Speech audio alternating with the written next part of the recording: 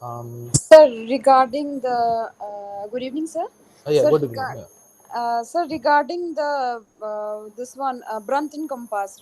Yeah, Brunton compass is I today I brought the Brunton compass also, Yes, but yes. yeah, there was another query which I want to address first about the indirect method. Is the person here?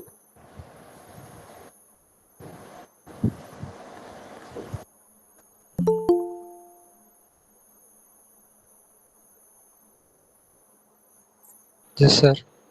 Okay, so your question was like, what is the indirect method, right? I mean, you had some query about that. So could you please uh, ask again? What was your exactly? What was your question,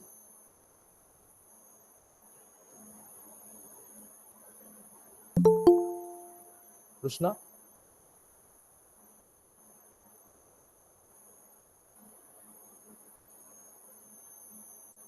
Sir, not understand direct and indirect method both.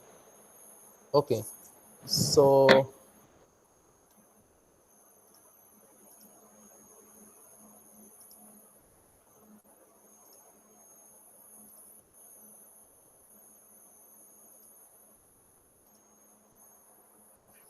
can you see the screen of OneNote?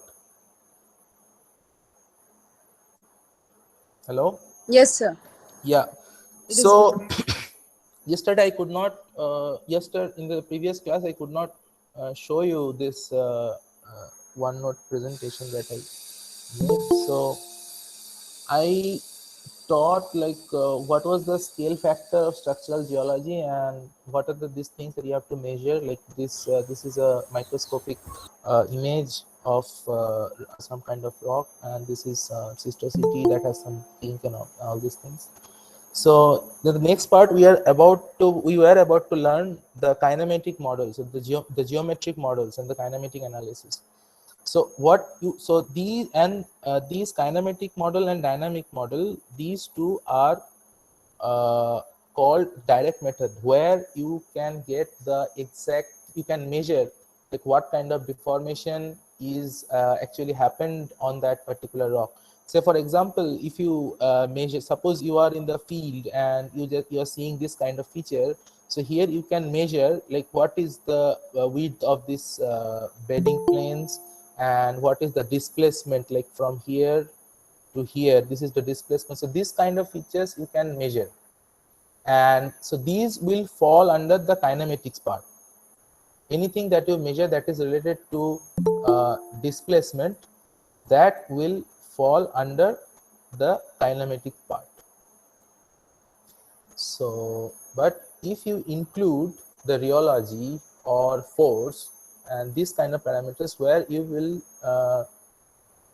like you want to understand the uh, mechanism, the mechanics that is that happened of that particular region, that is part of the dynamic model. So these are indirect, these are direct method where you can actually measure. And what is the indirect method? In the indirect method, you, like the researcher has to assume a model, hypothesize a model, where say for example in this video, so this video is taken from the YouTube channel of Judith Hubbard, so and Judith Hubbard's group. So what they are doing here, they are uh, creating a sandbox model. So they are pouring the sands, and now they are like moving the plate here, moving the plate here. So it will drag all the material in this direction, in this direction. So what will happen? This will pile up and form some kind of thrust systems and some kind of that. So what their assumption was, that the thrust belts may have formed in this way. So there is a kind of a friction in the bottom of this, and they just dragged all of the material up to some point, and then some kind of thrust, there's a thrusts are forming. So you can see these red lines, these are the thrusts. So these are the assumption how you will hypothesize like this this is how some kind of mountain building or some kind of orogenic process happen. So from that hypothesis, you will perform some kind of analysis, some kind of modeling, because it's very difficult. Say for example, if you want to study the mantle plumes, like you cannot see the mantle plumes even in the imaging. Like if you do the subsurface imaging, it's difficult to get a high resolution image of mantle plumes and understand like how these things interact with the other part of the mantle.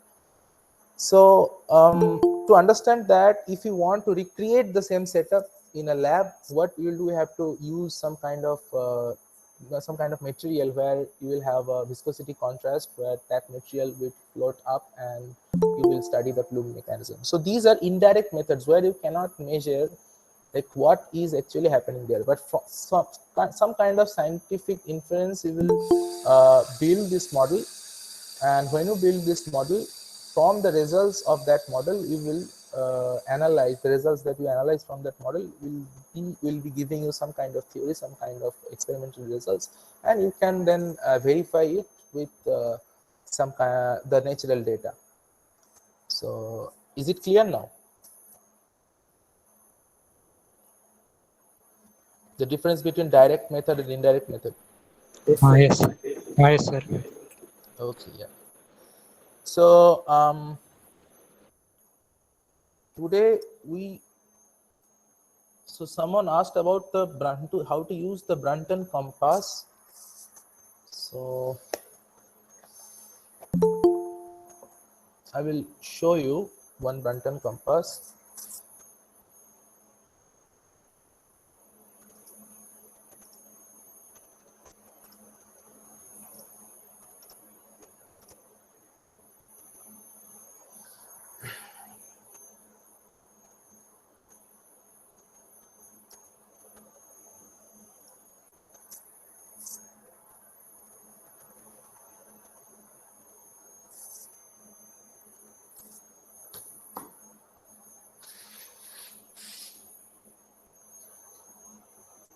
Can you see it moving? Can you see something is moving or something like that? Yes, sir. Tushar, is it visible? The camera, is it visible? Can you see the hand? Sir. Projection map.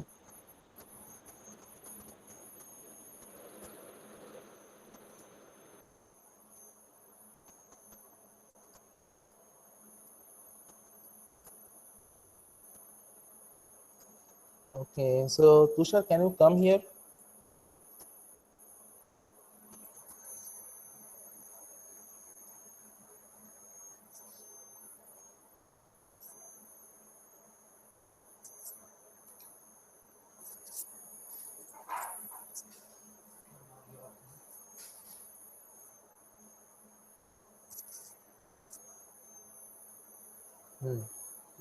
So, huh? Autofocus off. Thank you. Yeah, so is it visible now? Yes, sir. Yes, Okay, sir. can you see the Brunton compass? Yes, sir. Yes, sir. Yeah, okay. Yes. Yeah, all right. Yeah, so this is how a Brunton compass looks. So this is the mirror. Sometimes if you want to, if you are some kind of difficult situation where you cannot see the dial directly, so you can use the mirror and see the dial from the mirror like this. And the mirror has other usages, like there is a hole like here, so if you want to take the back bearing of something from a very far away, so you can use this hole.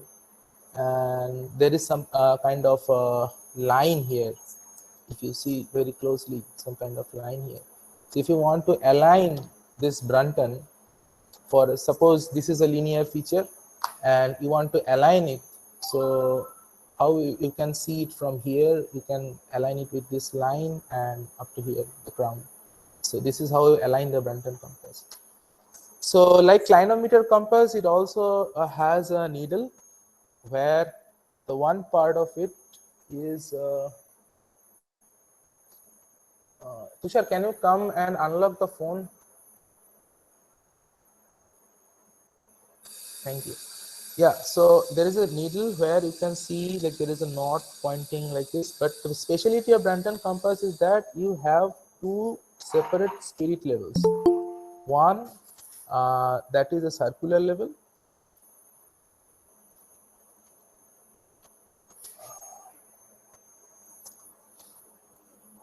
one that is a circular level, and the other one is the horizontal level. Can you see it? This is the circular level,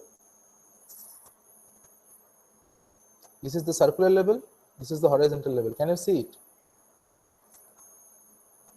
Yes, sir. Okay, I don't think it's properly Yes, sir. focused, but yeah, so there is a bubble that is moving inside. So, so the speciality of Branton compass is that you can very precisely measure the dip and strike of a particular feature. Suppose your plane is dipping something like in a way or something like that. So what you will do it, you place this flat base. You can use this flat part also. You can use this flat part and this flat part also, and you place that on that particular plane. And what you will do is you will look at this horizontal spirit level. So what you have to do is you have to rotate this. There is a lever on the back of the Branton. So you have to rotate this lever until this horizontal bubble is horizontal spirit level will signify like what is what. Abhishek, please. So this horizontal level will tell you that this particular part of the Branton is vertical. So when that is vertical, the horizontal spirit level will be at the middle part of that level. All right. So otherwise, it's same like the clinometer. So you have to, if you want to measure the strike, like you have to point it to the direction. If you are using right hand thumb rule, so what you will do is, if this is the dip direction, of the plane, so this will be the direction of the strike. So this strike actually is a bidirectional property. So you can either write the whole thing, like say for example 30 degree and is same as like 210 degree, or you can write just 30 degree. So provided the 30 degree has to point the thumb of your right hand. So you have to align that this crown towards that direction, and you have to take the reading of the knot part. So is it all right? The introduction of Branton compass. Yes, sir. If you have any query, you can ask. Okay.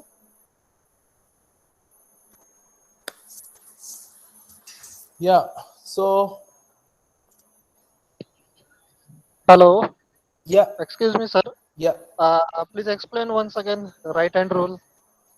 Okay. So right hand rule is, suppose, is the camera still on? Can you see my hands moving? Yes, yes. Okay. So right hand rule is, suppose your the planar feature that you want to measure is oriented like this, dipping in some kind of direction, like here, like my left hand. So what you will do is you place your hand with your thumb like this of the right hand like this, so that the dip direction of that plane will be pointed by these four fingers. And then the strike, which is perpendicular to the dip direction. Okay, so there is a request of Hindi. Okay, I will try. Yeah, so the perpendicular direction of this dip direction, that is the strike, only that particular strike direction you have to note. Am I clear? Yes, sir. Yes, Okay. sir. Okay, so someone asked to explain in Hindi. So we can do it after the session, like whatever doubt you have. Like otherwise there are people that I asked in the previous class, there are people who are not comfortable with Hindi.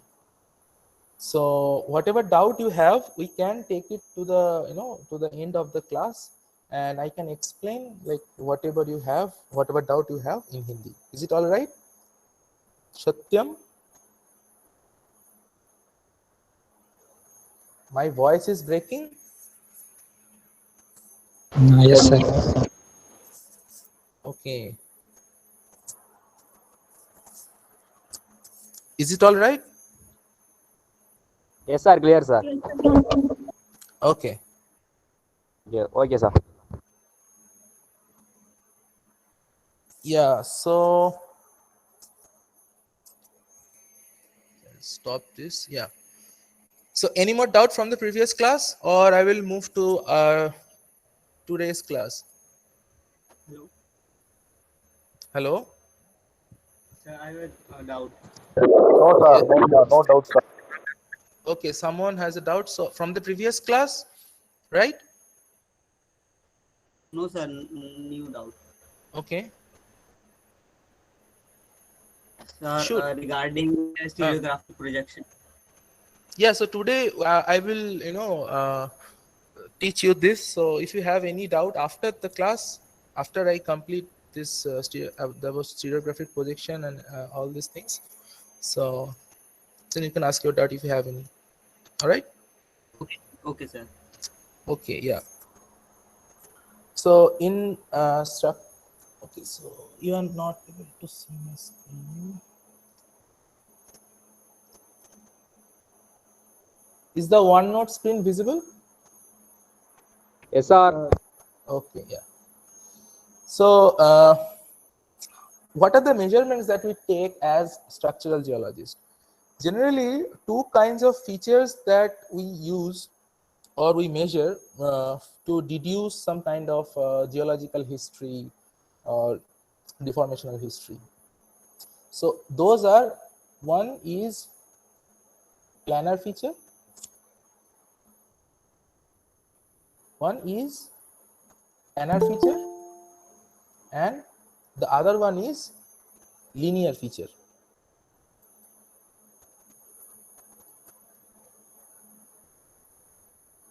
All right. So in the measurements that we take for planar features are strike, deep, and deep direction. For deep and deep direction measurements, we always consider the true deep. For some special cases where we cannot measure the true deep, we will try to measure the apparent deeps of that particular plane, and from that at least two apparent deeps we have to measure, and using these apparent deeps we will try to construct the plane. Okay, so in the linear feature we measure trend, plunge. All right, and there is a combination of the planar and, suppose a line that is lying on a particular plane, so you cannot measure the line because that is completely embedded within this plane. So but you can measure the planar feature.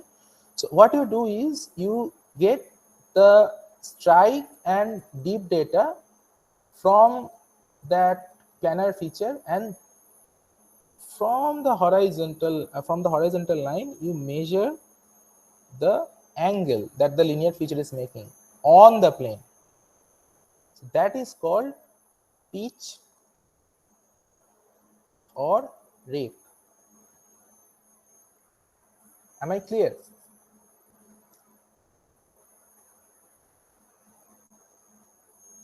So please explain it again. Explain what again? The pitch or rake or the planar and linear features? With our rate. Pitch and rake, right? Yes, sir. Okay, so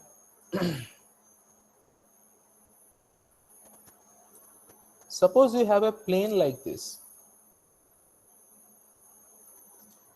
and on the plane you have some kind of lineation. Say for example, these are Parker lineations or something like that. Some kind of linear feature is there.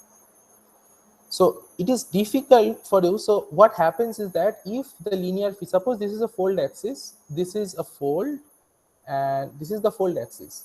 So you want to measure the fold axis, but it will be very easy for a feature like a fold to measure the fold axis, because you can get a lot of space to place your clinometer. But there will be situations where you cannot place your clinometer, or maybe for some other reasons, for your better data representability and error minimization, whatever be the reason. What you can do is you measure the strike of this plane, the plane on which the linear features are lying. All right, am I clear up to this point? Yes, sir. Okay, so now what we do is, we, from the horizontal line, suppose this is the horizontal line, right? So from the horizontal line you measure the angle that the linear feature is making. So this horizontal line is basically the strike line on the plane, right? So it will have some kind of value. Suppose this is 30 degrees, suppose this is north, so this is 30 degree and this is 210 degree, right? Yes, sir. Yeah. So from the 210 degree end, if you can measure what is the angle that the linear feature is making on the plane. So you will use some kind of diagonal scale or protractor, and you place it on top of the plane, and you will measure this angle. All right. Okay, sir. Suppose this is 35 degree. So you will write like the pitch or rake of that particular linear feature. Say for example, it is, if it is Parker axis, you will write like 35 degree from the 210 degree end. You have to measure, you have to mention the end of the strike that you are measuring the angle from. Otherwise, like if you do not mention this strike end, it will be confusing. All right, because if you take the data from the right hand rule, your data will be somewhat like this: 30 degree slash, so for example 45 degree towards southwest, or you are not supposed to write the southwest because because you are using the right hand rule. So this will be your PANAT data, right? So nowhere here it is written like the value of 210. So when you are recording the data of pitch or rake, you have to use a format something like this. Am I clear now? Yes, sir.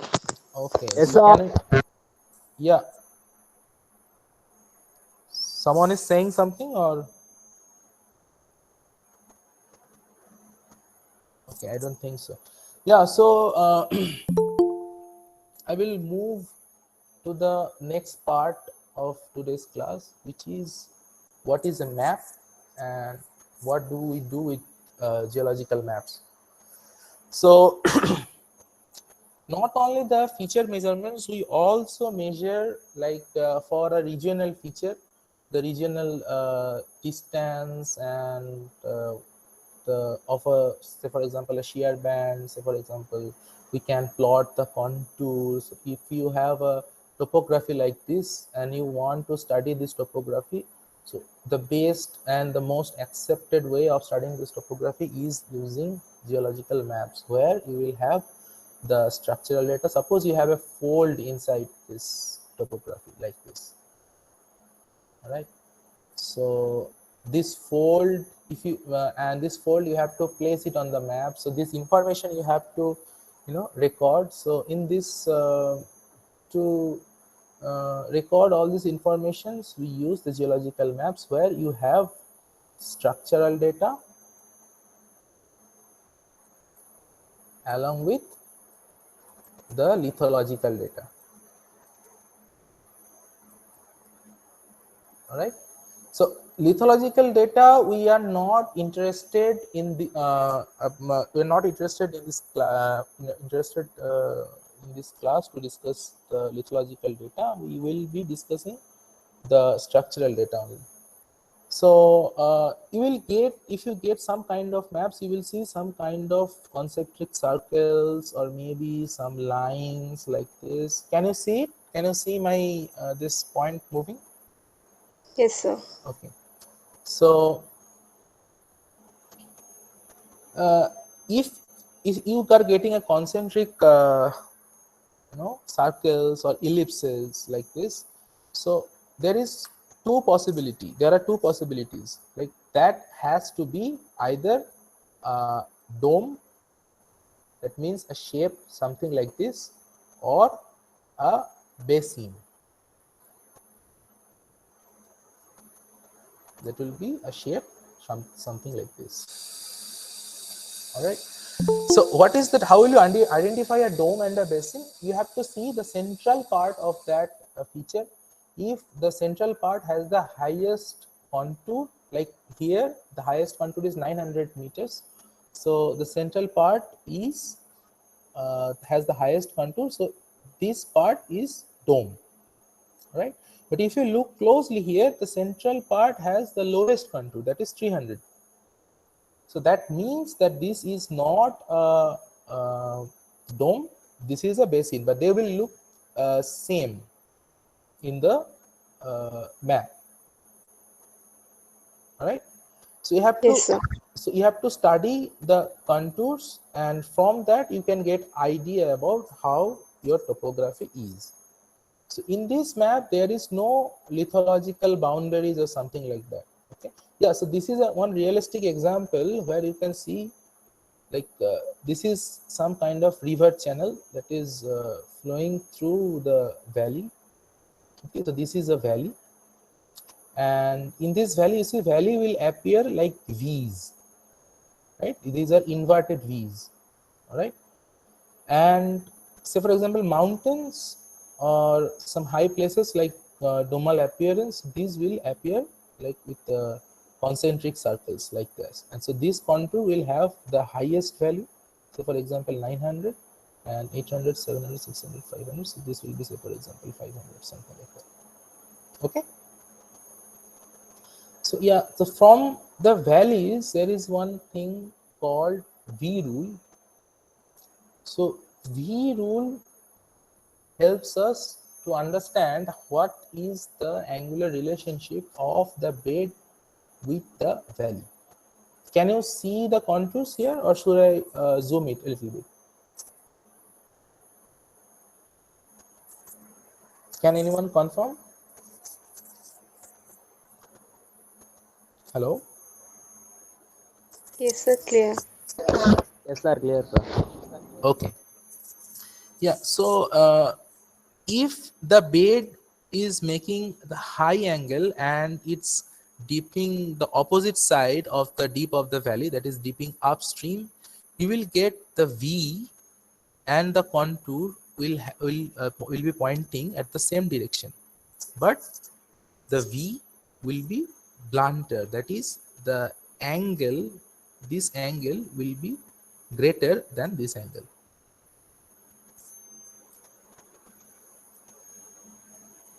All right.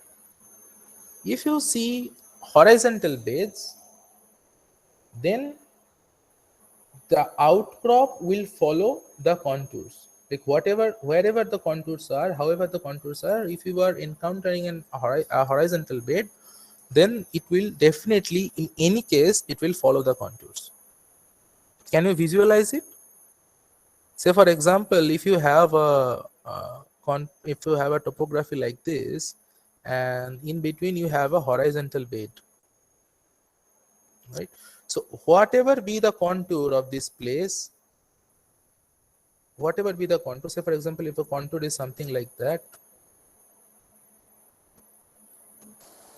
then your bed also will be parallel to the contour, like that. This is your bed, and this is your map. Is it clear? Sorry, sir. Sir, can you please repeat it once again? Yeah, so if the bed is horizontal, then the trace of the bed on the outcrop will follow the contour. Suppose here you have a horizontal bed, something like that.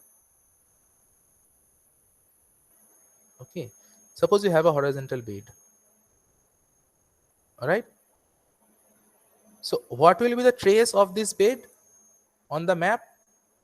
It will follow the contour. It will be something like that.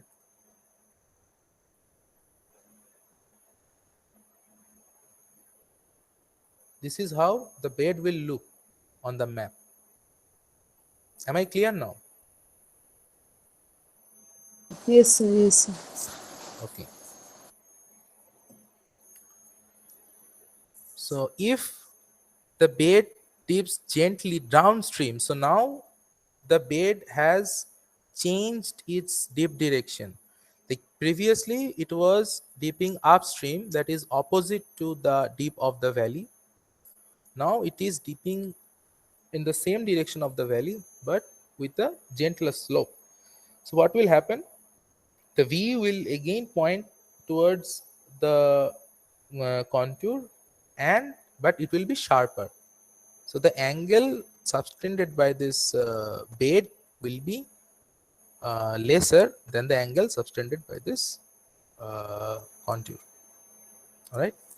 Now you have, if you have a bed that is of the same dip with the valley, you will get two parallel lines. So imagine cutting this top portion off. So whatever you see, you will get the bed. That will be the bed. All right. So this is how the trace of the bed will look on the map.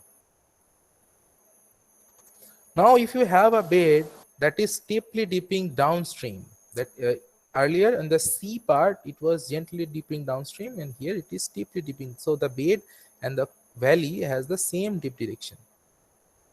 Then what will happen? The mouth of the V will be reversed.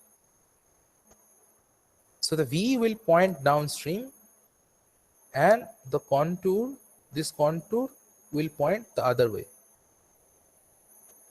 If the bed is vertical, whatever be the contour, you will always get the straight line, something like that, if the bed is vertical. So let me explain from this one. Suppose your bed is vertical here.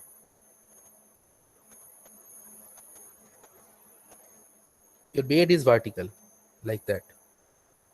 So in the outcrop, it will be something like that, right? Right? But in the planar projection, it will be like this. Two straight lines. This will be the trace of the bed. All right. Hello. Sir. Yes, sir. Yes. Yeah. So this map is basically an orthogonal projection. So whatever you have on the topography, if you project it on a horizontal plane, you will get your geological map. But that this plane has to be horizontal. But this is not useful if you are dealing with the angular data set.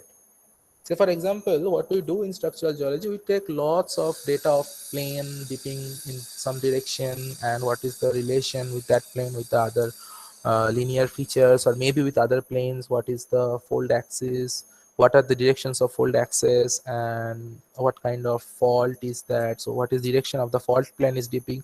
So all of the time, most of the time we talk about directional data. So it is easier for us if we use some kind of projection that is different from planar projection. So these are the two nets, we will call it net, N-E-T, we'll call it net. These are the two nets for its mesh structure, we are calling it net, and that will have that is constructed from the stereographic projection. So this particular, there is a difference between this net and this net. This is called Schmidt's net, Schmidt's or Schmidt's stereo net, and this one is called Wolf's stereo net.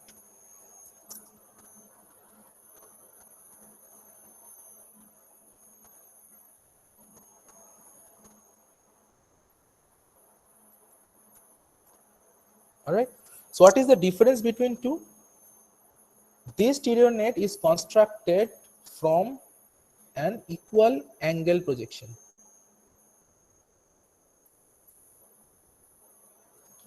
and this stereo net is constructed from equal area projection.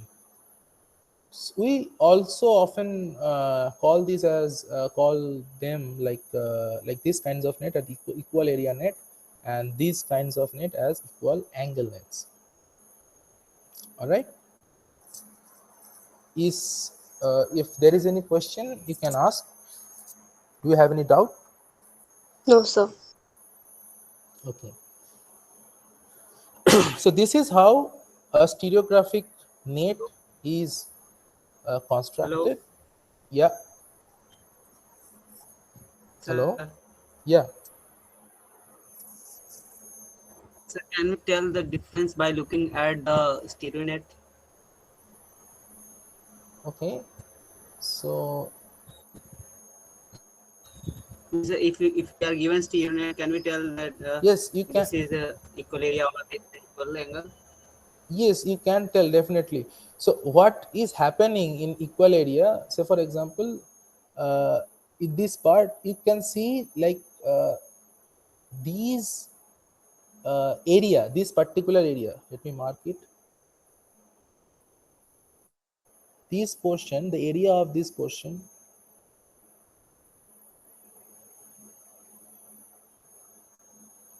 is different than the area of this portion, right? But if you see this net, this area is same as this area. That's why it's called equal area net. All right. You can see here this area is definitely greater than this one, but here the angle is conserved, but here the area is conserved. So from the nature of the stereo net, we generally can differentiate like what is, you will see in equal angle net, you will see these kinds of these circles will be this will be more or less less deformed, but in case of Schmidt's net, you will see the circle is more or less flattened, a little bit more flattened. So from there you can identify what is what. We usually use the Schmidt's net because whenever we plot the data, so for example we plot we have a data distribution like this, and if we want to calculate like what is the distribution of this data, we will use some kind of contour plots on this stereo net. So this is useful, this is so that this area, whatever area you measure anywhere on the net, that is conserved. So the area that is covered by this contour will be comparable, will have the same scaling of the area that is covered by this contour. So you can compare the contour plots. So we have a lot of data in our in any kind of investigation. So when you plot all of them in a stereo net for using the contour plots and all these kinds of analysis, we will be using the Smith's net. So structural geologists, they mostly use Smith's stereo net. Am I clear now? Yes, sir. Yes, sir. Thank you, sir. Okay. So this is how the projection of the stereo net is formed. So here you see this is the azimuth, or it is not the azimuth, the pole of the some kind of imaginary sphere. So from that imaginary sphere, if you just unfold this surface,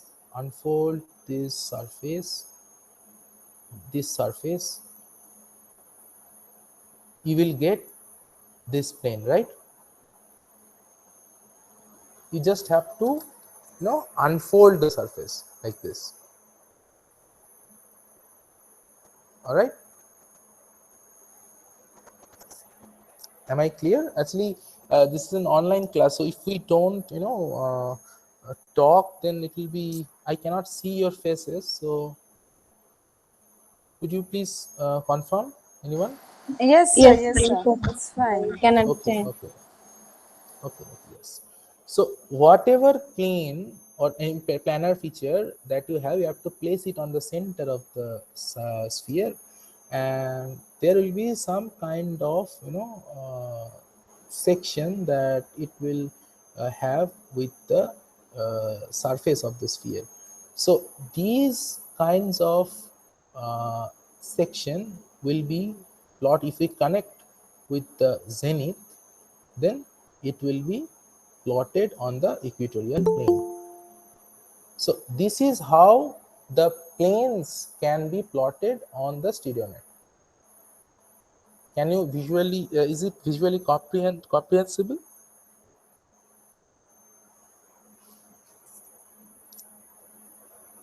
Hello? Yes, Once sir. more. But sir, like if we can plot some points, and then if you can Yeah, plot some points and then show it.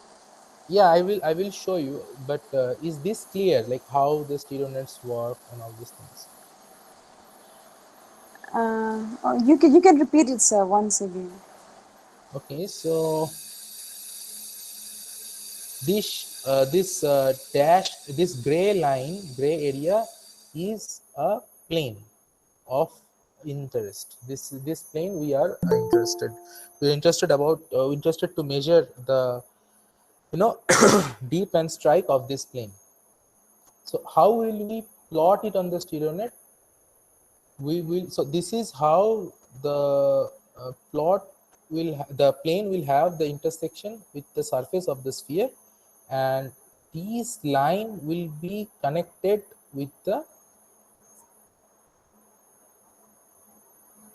if this line is projected, and so if we connect all these points with the zenith of the sphere, we will get a projection on the equatorial plane. So these will represent the plane. All right, so I will show you right now.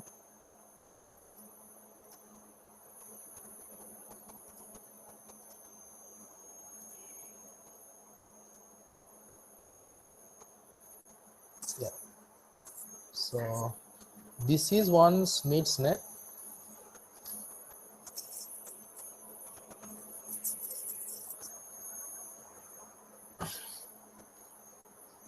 Can you see the net? Yes, sir. Yes, sir. Yeah, so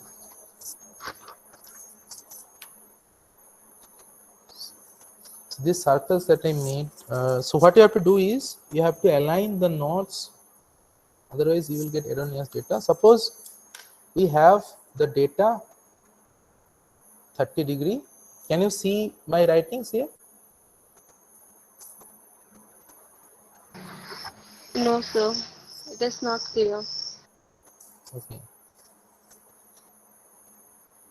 Is it clear now? Yes, sir. Okay.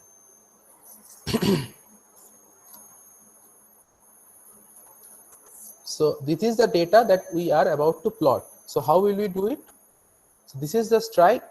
So we will mark the place where the circle is showing 30°, right?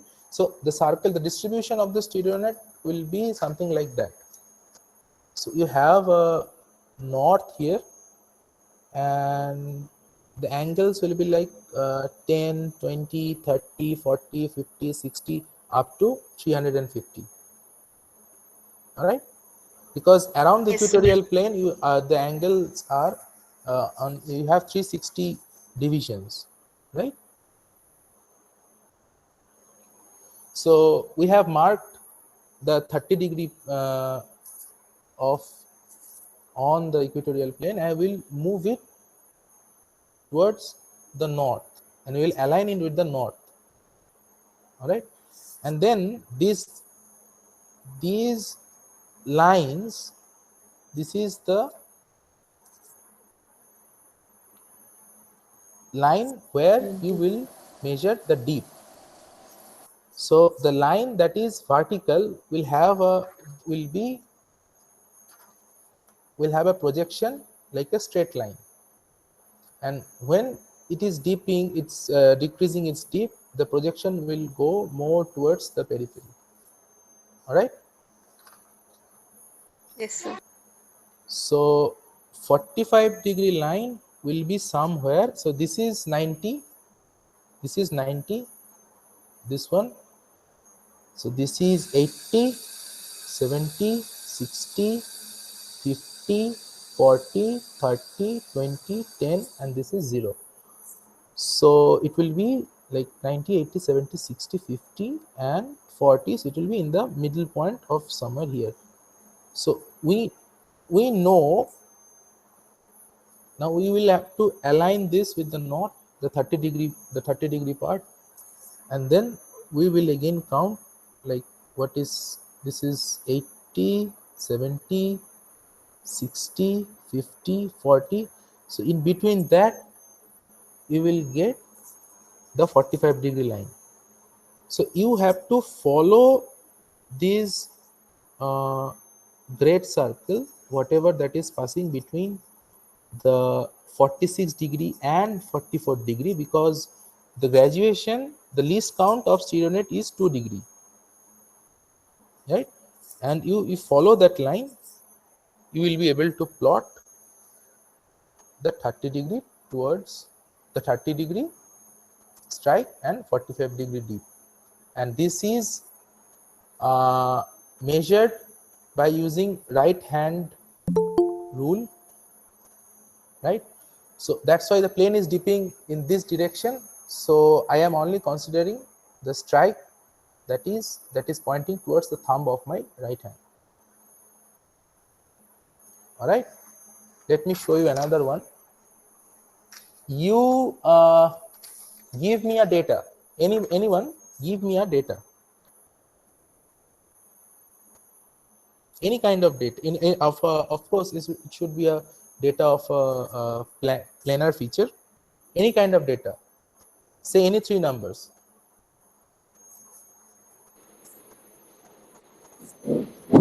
Say for example, this is 235, and the deep amount is 60. okay 60. All right, so we will be using the right hand rule. Okay, again we'll be using the right hand rule. So how will we use it? So we can see like this is 230, this is 240. If you cannot see it, I will just believe me, like this is 230 and this is 240. So the midpoint will be 235, right? So what we do is we will move it to the north, and then so this is 90, 70, 90, 80, 70, 60. So we will follow this great circle.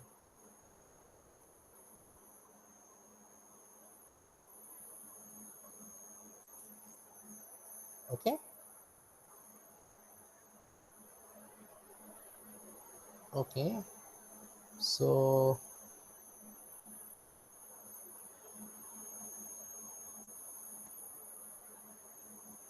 yeah. So this Sir, is, excuse me, yeah, sir. yeah, Sir, can't we move that 235 point in the south? yeah, we can. We can, right? Yes, we can. Okay. We can okay. also move it. So this is a mistake that I have just made, because you know, you can you identify the mistake here?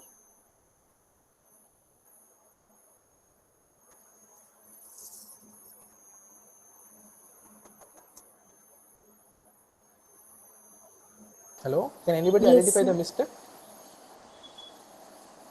Sir, No, sir. the The- direction, sir. The plane is dipping in this direction, Yes, sir. right? So if you place your hand, the thumb should point your strike data, but your thumb is not pointing towards the strike data.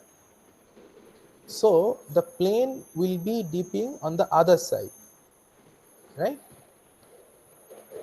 So can you repeat once again? This Yeah. one. So this plane is dipping towards this direction. So if you place these four fingers in this direction, your thumb will point this way, but the data of the strike we have is pointing the other way. So your plane is not actually dipping this way, your plane is dipping this way, because it is the assumption that we have started plotting the data that we will be using the right hand rule, Yes, sir. Yes. right? Yes. So if we move to the south, then we have to count from west. If we move to the north, we have to count from east. What I did, I rotated the strike towards the north and then counted from the west. But if you remember, in the previous plot, I have counted from the east. You remember, right? Sir. So if you want to follow the right hand rule, you won't make any mistake. If you move the strike towards the south, you have to count from the west, right? So 90, 80, 70, 60. So this will be your plane, right? Yes, sir. Okay. So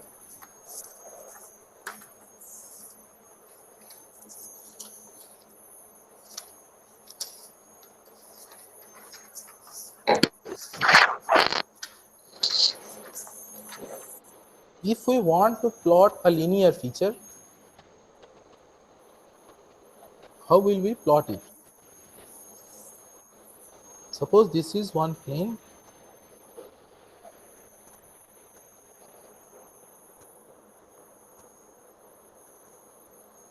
and we want to plot the pole of the plane, that is perpendicular to the plane. How will we plot it? We can count either in this direction or in this direction, but we have to align this with the great circles, any great circle, because the rotation about the north and south, like if the deep rotation is only allowed if you uh, place it and align the plane with any of the great circles. So you cannot like keep the stereo net somewhere here and you started making the plots. So whenever you have a plane, you have to place it in a way where it is aligned with the any of the great circles, and from that you have to count. So for example, you have to go like 90 degrees. This is 10, 20, 30, 40, 50, and you come to the other side. This is 60, 70, 80, 90. So this is the place where the pole of the plane will lie. Am I clear? Yes, sir. Right? So suppose you have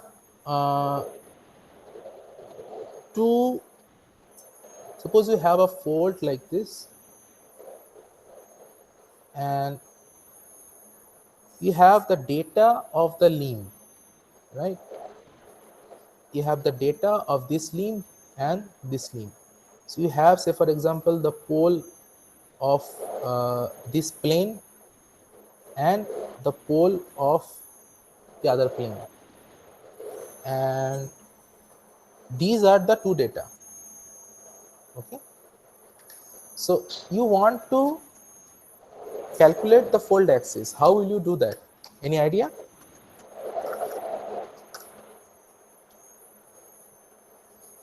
No, sir.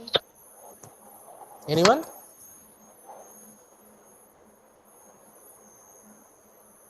Hello? Okay, so what is happening here, if this is the fold and you have poles like this,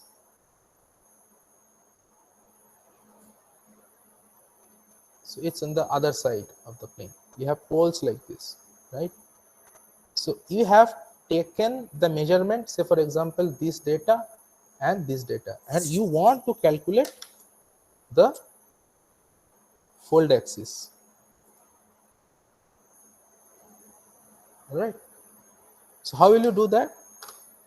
You have two data of poles of the two limbs. So what you will do is you will align those 2 points in such a way where it is, you can draw one great circle that will connect these two dots, right? So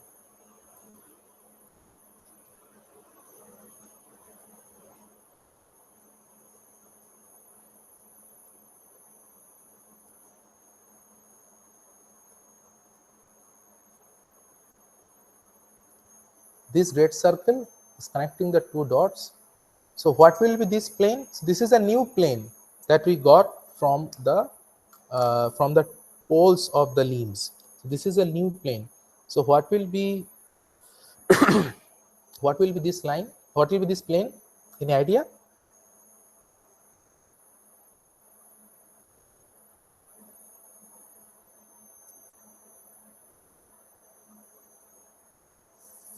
Hello? No, sir. So this will be the profile section of the plane. So all these points, they lie on a vertical plane, which will cut the fold here. So if I explain the other way, it's like there is a fold, you have a profile section of that fold, that is a vertical plane, and all these perpendicular, all these poles on the limb can lie on the intersection and on the profile section of the fold. Can you visualize it? No, sir. Sir, what do we mean by profile section? So if this is a fold and any vertical section of that fold is called the profile section. So it's the Okay, sir. where you will see the profile of the fold. Okay. Okay, sir. Now I Right. understand. Yeah. So all the poles can lie on that particular profile section, right? So these two poles, they are lying on a particular plane, so that has to be the profile section of the fold. Okay, sir. All right. So now you have the profile section, right? And what will be the fold axis? If this is your profile section, fold axis will be pole of the profile section. Fold axis will be perpendicular to the profile section, right? So if we calculate, if we plot the pole of this plane, which will be somewhere, Time up, sir. sorry,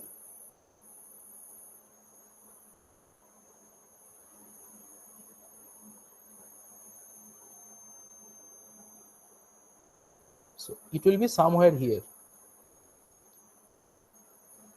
somewhere here. So this will be the fold axis. All right. Am I clear? Yes, sir. Yes, sir. Yes, sir. Okay.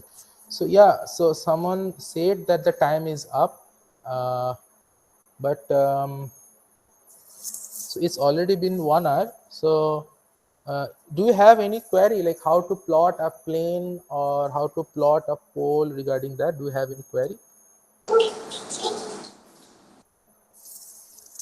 Regarding plotting of poles just now which you have shown, so a quick summary can you give, sir, on that, like whatever you have plotted just now? Okay. uh, So whatever I plotted, can you see this copy? Yes, sir. Yes, sir. Okay. So suppose you have a fold like this. Okay. This is a fold. All right. So if you want to draw the perpendicular on the limb of these folds, how will it look? It will look somewhat like this, right?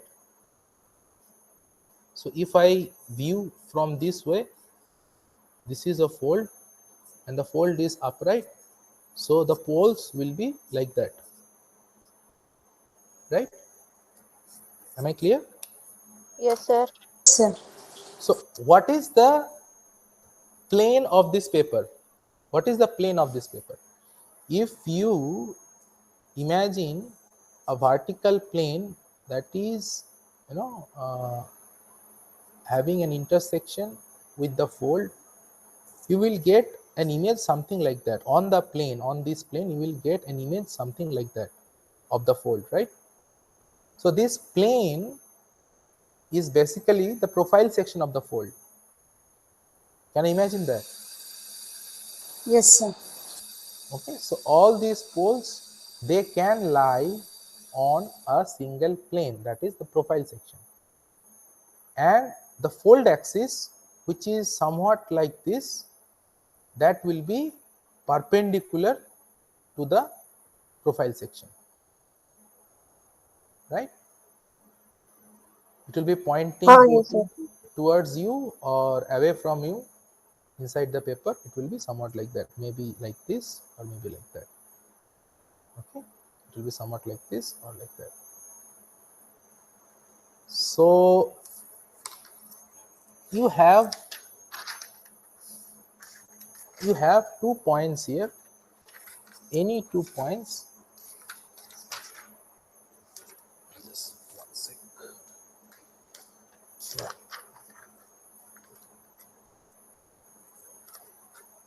Suppose you have 2 points like this, here and here.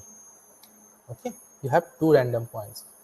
So if you want to draw the profile section, these are the poles of the limbs. If you want to draw the profile section, what you do is you will bring those points so that it in a way so that it aligns with one great circle, any great circle, it can be any great circle, and you draw that great circle. All right, and so the pole of, so this will be what will be this called? Profile section, right? Yes, sir. Yes. Profile section. Okay, so the pole of this profile section will be somewhere where, like,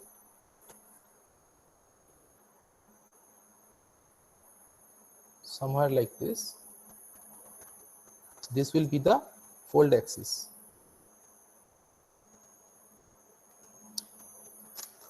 All right. Yes, sir. Okay, so I think that will be all for today. So you know now, like, how you can plot a plane and how you can plot a line. All these things you know. So Sir, yeah, so I will wait for the assignments, the due date, and after that I will answer if you have any doubt regarding the assignments regarding this plotting and all those things. Okay. sir, we can draw also plunge and pitch on projection. Yeah, we can draw the plunge and pitch. Okay. What is the assignment due date? How many of you actually registered for the course who are present here? Sir, last Me, date sir. 10th. Can I see some hands on the chat?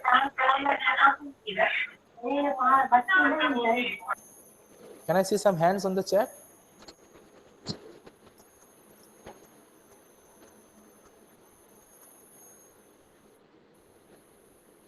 Okay, I see one hand.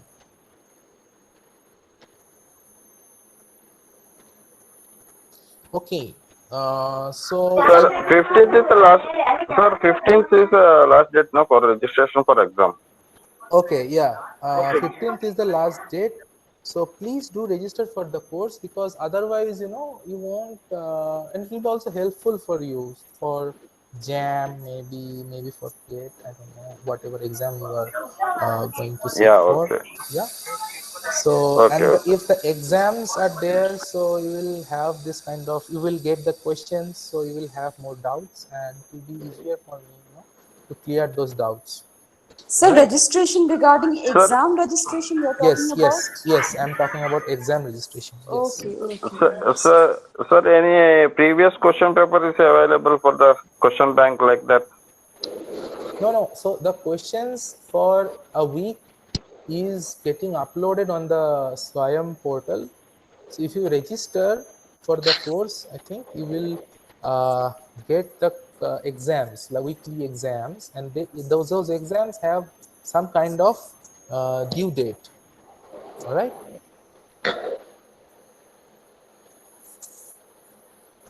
Sir, all those questions are MCQs, right? Yeah, all those questions are MCQs. Yes. And how about the main exam on will be conducted on October? That I don't know. That will be there on the portal. That will be there on the Swayam portal. So Oh, okay, if sir. you go through the portal, you will. Okay. So the due date of this StereoNet, Tushar, are you there? Sir, it's already over, sir, I think, because it is the stereographic projection is I think from second week 2, and the due date is already over, sir. It was 8th August. Was it 8 August? 10th August? 10th August. Yes, 10, 10/8. Sir, it's 10th. It's 10th. Okay. Uh, so somebody wanted to, learn how to calculate the pitch, right? So I will very quickly show that. Is the person here?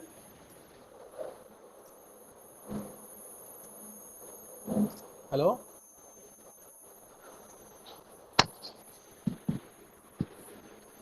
Hello, sir. Next week, explain a plunge and pitch how to draw. Next week, but are you registered for the course? Yes, sir. Okay, but you have the due date on 10th, right? Yes. Tushar, are there any questions about this pitch and rake on the stereonet?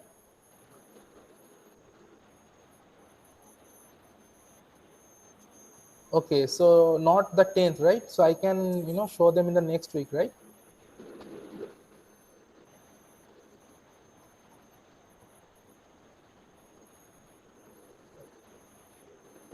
Okay, no, about how to plot the pitch of a line on a stereonet.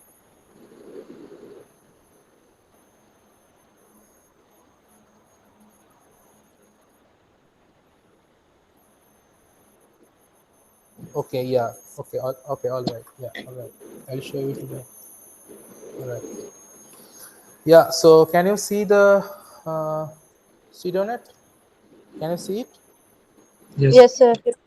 Yeah. Okay. So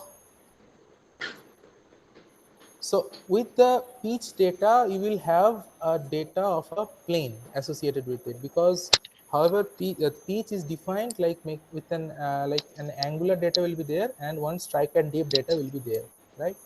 So what you will do is you will plot that particular plane,